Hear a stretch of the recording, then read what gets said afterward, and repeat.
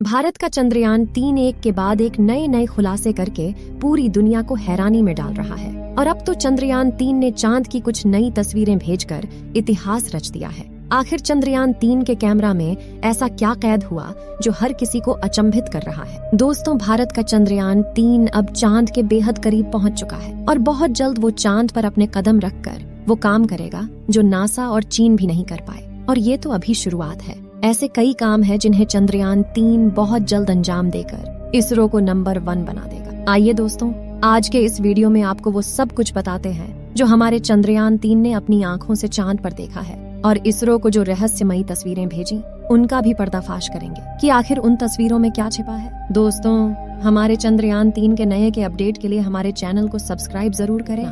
दोस्तों, हमारी पृथ्वी से करीब 3,84,000 किलोमीटर दूर चांद की सतह पर बेहद स्थिर और हल्का वायुमंडल मौजूद है। ये तो आप जानते ही होंगे कि साल 2009 में हमारे चंद्रयान एक मिशन ने चांद पर पानी की खोज की थी। लेकिन आपको बता दें कि चांद की सतह पर पानी लिक्विड फॉर्म में मौजूद नहीं है, बल्कि बड़े बड़े गड्ढों में बेहद ठंडे पत्थरों और बर्फ के रूप में मौजूद है। दरअसल चांद की जमीन काफी ऊबड़ खाबड़ है और इसमें कई बड़े बड़े क्रेटर यानी गड्ढे मौजूद हैं, जो इतने बड़े हैं कि पिछले करोड़ों सालों से इनके अंदर सूरज की रोशनी तक नहीं पहुंच पाई। इनमें से सबसे बड़ा गड्ढा चांद के दक्षिणी ध्रुव पर मौजूद है। इस गड्ढे का डायामीटर 2500 किलोमीटर और गहराई तो इतनी ज्यादा है कि इसमें पूरा माउंट एवरेस्ट समा जाए। इस गड्ढे की करीब गहराई 8.2 किलोमीटर के आसपास है और यह पूरे सोलर सिस्टम के सभी ग्रहों और उपग्रहों में मौजूद गड्ढों में सबसे गहरा गड्ढा है। वैज्ञानिकों का मानना है कि चांद की धरती में पानी छुपा हो सकता है।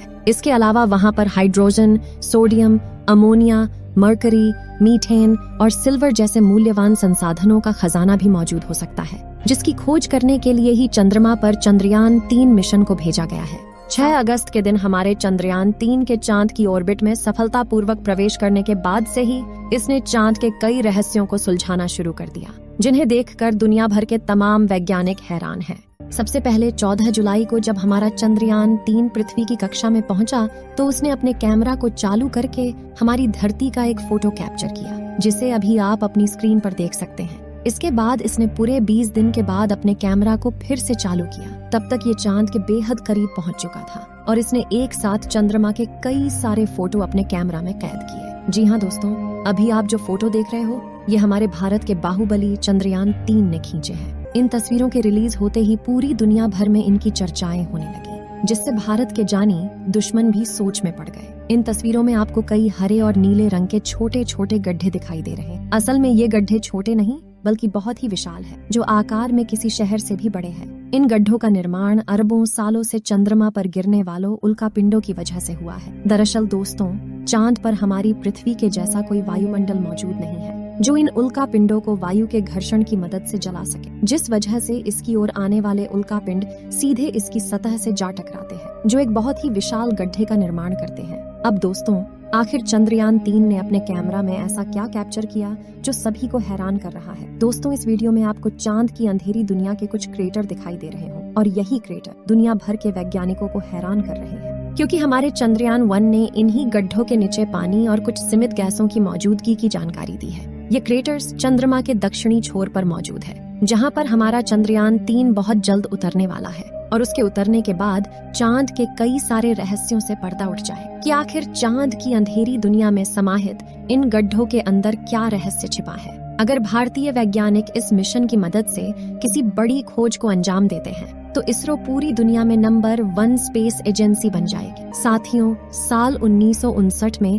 रूस के स्पेसक्राफ्ट ने पहली बार चांद पर लैंडिंग की थी, जिसके बाद अमेरिका ने भी कई मून मिशन किए। और 20 जुलाई 1969 को नासा के अपोलो 11 मिशन के दौरान एस्ट्रोनॉट नील आर्मस्ट्रांग और बज एल्ड्रिन ने चांद पर पहली बार कदम रखा था, जिसके बाद नासा ने कई मून मिशन किए और अपने कुल 12 एस्ट्रोनॉट्स को चांद पर भेजा।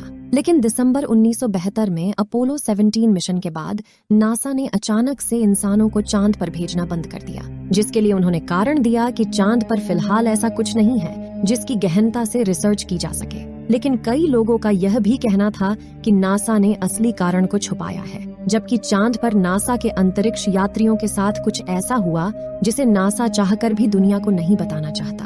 नासा के द्वारा भेजे गए इन 12 में से कई अंतरिक्ष यात्रियों ने चांद पर कुछ अजीब घटनाएं महसूस की, तो कुछ ने चांद पर बनी अजीब ब्रिज और एंटीना जैसी संरचना को भी देखने का दावा किया था। वहीं चांद की खोज में वैज्ञानिकों को एक सैटेलाइट जैसी संरचना भी दिखी थी और वैज्ञानिकों के मुताबिक इसका चांद पर बनना कोई इत्तेफाक नहीं है। हालांकि नासा ने कभी इस बात पर ऑफिशियल बयान नहीं दिया था, लेकिन नासा के रिटायर्ड वैज्ञानिकों ने कई बार यह कबूला कि चांद पर एलियन का बसेरा हो सकता है। यहाँ तक कि चांद पर पहला कदम रखने वाले एस्ट्रोनॉट नील आर्मस्ट्रांग ने भी एक इंटरव्यू में कहा था कि चांद पर उस वक्त हम लोग अकेले नहीं थे, बल्कि कोई और भी मौजूद था जो हमें देख रहे थे। लेकिन आखिर कौन चांद की उस अंधेरी दुनिया में अपनी जिंदगी गुजार रहा है, इस बात की खबर आज तक किसी को नहीं है। फिलहाल यहाँ सबसे ज्यादा गौर करने वाली बात यह है कि ये सभी मिशन चांद के उत्तरी ध्रुव पर किए गए थे, जहाँ पर लैंडिंग करना चांद के दक्षिणी ध्रुव के मुकाबले काफी ज्यादा आसान माना जाता है। लेकिन साल 2019 में भारत के चंद्रयान 2 ने चांद के दक्षिणी ध्रुव पर सॉफ्ट लैंडिंग करने की कोशिश की थी और अपने इस प्रयास में चंद्रयान 2 का लैंडर विक्रम कामयाब नहीं हो पाया। लेकिन आखिर चांद का दक्षिणी ध्रुव इतना खतरनाक क्यों है? क्या छिपा है चांद की उस अंधेरी दुनिया में? दोस्तों, चांद के दक्षिणी ध्रुव पर ऐसे कई बड़े बड़े गड्ढे हैं जिनमें करोड़ों सालों से सूरज की रोशनी नहीं पहुंची, और सूरज की धूप न पहुंचने का सीधा सीधा मतलब है तापमान का ठंडा होना। इसलिए कई बार दक्षिणी ध्रुव का तापमान -230 डिग्री सेल्सियस तक पहुंच जाता है। ऐसे में किसी भी इंसान का स्पेसक्राफ्ट से बाहर निकलना तो अलग बात है, खुद स्पेसक्राफ्ट के लिए भी ऐसे तापमान में काम करना मुश्किल है। इतने कम तापमान में कई बार स्पेसक्राफ्ट पर लगे उपकरण काम करना बंद कर देते हैं। इन गड्ढों में सूरज की रोशनी न पड़ने की वजह से चांद के दक्षिणी ध्रुव में कई हिस्सों में काफी ज्यादा अंधेरा है, जिस वजह से चांद की ऑन ऑर्बिट में घूम रहे नासा, रूस और चीन के ऑर्बिटर भी वहां के काफी हिस्सों को ठीक से नहीं देख पाए। यानी कि उन हिस्सों में क्या छिपा है ये किसी को नहीं पता। ऐसे में वहां पर यान उतारना सबसे बड़ी चुनौती है। इसके अलावा चांद के दक्षिणी ध्रुव की जमीन उत्तरी ध्रुव से ज्यादा ऊबड़ खाबड़ है। वहीं यहाँ पर कुछ मीटर से लेकर 2500 किलोमीटर तक के बड़े बड़े गड्ढे मौजूद हैं। धरती से चांद के दक्षिणी छोर की दूरी काफी ज्यादा होने की वजह से यान से डीप स्पेस कम्युनिकेशन बनाए रखना काफी मुश्किल होता है, क्योंकि इतनी दूरी पर रेडियो सिग्नल कमजोर हो जाते हैं और एंटीना से बहुत ज्यादा बैकग्राउंड नॉइज आता है। साथ ही अपनी कक्षीय गति यानी कि ऑर्बिटल मोशन की वजह से चांद लगातार अपनी पोजीशन बदलता रहता है। ऐसे में तय की गई लैंडिंग साइट पर पहुंचने के लिए लैंडर को भी उसी अनुसार अपनी गति बदलनी पड़ती है। इसके अलावा चांद पर पृथ्वी से कम ग्रेविटी और बहुत महीन वातावरण है, इसलिए यान के नीचे उतरते वक्त उस पर किसी भी प्रकार का एयर फ्रिक्शन नहीं लगेगा। इसीलिए चंद्रयान 3 को अपने ऊपर लगे बूस्टर्स का भरपूर यूज करना पड़ेगा। ऐसे में अगर छोटी सी गड़बड़ भी होती है तो यह एक बड़े खतरे का रूप ले सकती है। साथ ही चांद के दक्षिणी ध्रुव में काफी बड़ी बड़ी चट्टानें किसी भी लैंडर को लैंडिंग करने में काफी चैलेंज देती हैं, और इसी वजह से चांद का दक्षिणी छोर बहुत भयानक है। इसलिए आज तक उस अंधेरी दुनिया में कोई भी देश अपना विमान भेजने में कामयाब नहीं हो पाया। पिछली बार चंद्रमा की सतह से मात्र 2 किलोमीटर पर चंद्रयान 2 के लैंडर से इसरो का संपर्क टूट गया था, और इन्हीं में से किसी एक कारण की वजह से वह चांद की सतह पर क्रैश लैंडिंग करके तबाह हो गया था। लेकिन क्या कुछ ऐसा कारण भी हो सकता है जो हमें दिखाई ना दे रहा हो? क्या चांद पर कोई है जो नहीं चाहता कि इंसान इस अंधेरी दुनिया में अपने यान भेजे? ये सभी बातें अभी तक एक रहस्य है, और इन सभी रहस्यों से पर्दा केवल हमारा चंद्रयान 3 ही उठा सकता है। इस बार पिछली बार आई मुसीबत से सीख लेकर इसरो ने चंद्रयान 3 के लैंडर विक्रम को पहले से ज्यादा एडवांस और पावरफुल बनाया है।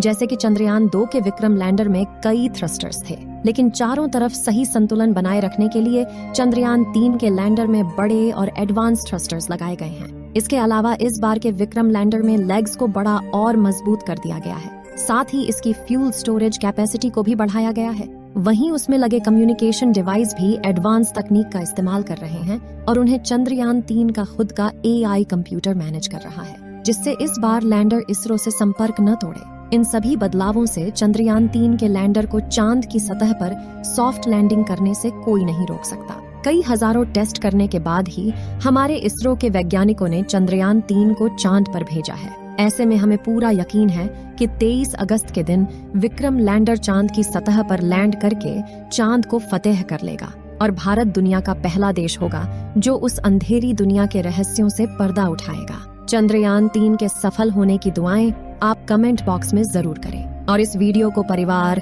दोस्तों के साथ के जरूर शेयर करें और चंद्रयान 3 की ताज़ा जानकारी के लिए हमारे चैनल को सब्सक्राइब जरूर करें और बेल आइकन को ऑल पर सिलेक्ट करना बिल्कुल न भूलें। जय हिंद, जय इसरो।